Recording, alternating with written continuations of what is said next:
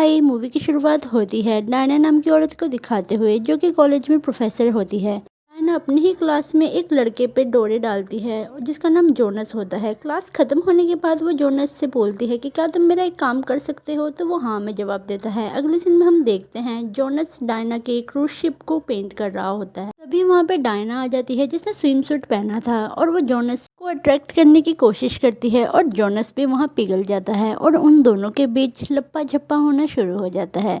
इसके अगले सीन में डायना जोनस को उसके जॉब वाली जगह में छोड़ने चली जाती है और हमें पता चलता है कि जोनस एक पेट्रोल पंप में काम करता है। अब अगले सीन में हमें दिखाया जाता है माइकल नाम का आदमी जो कि डायना का हस्बैंड होता है। वैसे तो माइकल काफी अमीर है पर उसकी दादी और मॉम उसे प्रॉपर्टी के पेपर्स देने को रेडी नहीं थे। डायना और माइकल उन दोनों को डराने का प्लान बनाते हैं। अगले दिन डायना जोनस को अपने कैबिन में बुलाती है। तभी वहाँ पे माइकल भी आ जाता है और वो दोनों बोलते हैं कि जोनस तुम्हें हमारी मॉम को डराना होगा ताकि वो हमें प्रॉपर्टी दे सके। तो जोनस अपनी डायना के लिए मान जाता है। अगले सीन में हम माइकल की मॉम और दादी को देखते हैं जो कि अपने घर में अकेली होती हैं और वहाँ पे एक माली भी था। तभी जोनस भी घर के दीवारों को टाप कर घर आ जाता है और फिर वो पिछले दरवाजे से अंदर घुसने की कोशिश करता है। तभी वहाँ पे क्विंसी नाम की डॉग भौंकने लग जाती है। तो माइकल की मॉम अलर्ट हो जाती हैं और फिर वो गन लेकर नीचे की तरफ आती हैं तो जोनस की फटके 4 हो जाती है और वो वहाँ से भागने लग जाता है।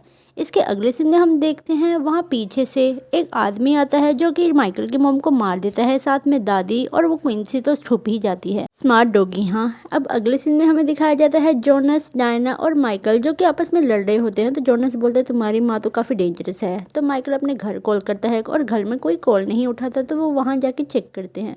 तभी वो उनकी लाश देख के काफ़ी डर जाते हैं और फिर वो जोनस को ब्लेम करने लगते हैं। जोनस कहता मैंने ये सब नहीं किया, वो वहाँ से चला जाता है। अगले दिन जोनस डायना के पास आकर उसे सब बताता है कि मैंने सही में ऐसा कुछ नहीं किया। तो डायना उसे फिर से अपने मोहजाल में फंसा रही होती है। तभी माइकल भी बाहर से उनकी आवाज़ें सुनता है तो उसे निराश होकर वो वहाँ से चला जाता है। हमको डायना फिर से जोनस को अपने पास बुलाती है। तभी जोनस वहाँ देखता है कि किसी के शूज़ और कुछ पेपर है तो वो डायना को बोलता है कि मैं तो पुलिस को सब बता दूंगा। डायना उससे समझाती है कि तुम माइकल के पीछे मत पड़ो, माइकल काफ़ी टेढ़ा आदमी है, वो तुम्हें ही टपका देगा। जोनस ये सब सुन के वहाँ से डर के चला जाता है। शाम को जब डायना अपने घर वापस आती है तो माइकल उससे लड़ने लग जाता है क्योंकि उसे जोनस और डायना के रिश्ते के बारे में पता चल गया था। और इसके बाद डायना उसे समझाती है कि जोनस को काफ़ी कुछ पता चल गया है। तो जोनस को धमकाने के लिए माइकल क्लब में पहुँचता है। माइकल जोनस से बोलता है कि वहाँ पे तुम्हारे फिंगरप्रिंट हो गए तो इसी कारण तुम ही फंसोगे, मैं नहीं। तो फिर जोनस डर के मारे उसी रात उस घर में चला जाता है और अपने फिंगरप्रिंट मिटाने की कोशिश करता है। तभी वहाँ पे वही कातिल आ जाता है तो जोनस डर के मारे भाग जाता है। अगले सीन में हम देखते हैं माइकल और डायना की बाहर लड़ाई हो रही थी तो डायना गुस्से के मारे माइकल को छोड़ के जोनस के पास चली जाती है और फिर उसे बोलती है कि अब मैं तुम्हारे साथ ही रहूंगी और मैं माइकल के पास बिल्कुल नहीं जाऊंगी। और वो दोनों कुछ करने ही वाले होते हैं। तभी वहाँ पे माइकल भी आ जाता है और फिर गेट खड़काने लगता है। जोनस डायना को छुपा कर गेट खोलता है तो वो बोलता है कि यहाँ पे डायना नहीं है। तो माइकल वहाँ से जाने लगता है। तभी वो डायना की कार देख लेता है। तब तक डायना और माइकल दोनों क्रूज शिप में आके ताताथैया कर रहे थे।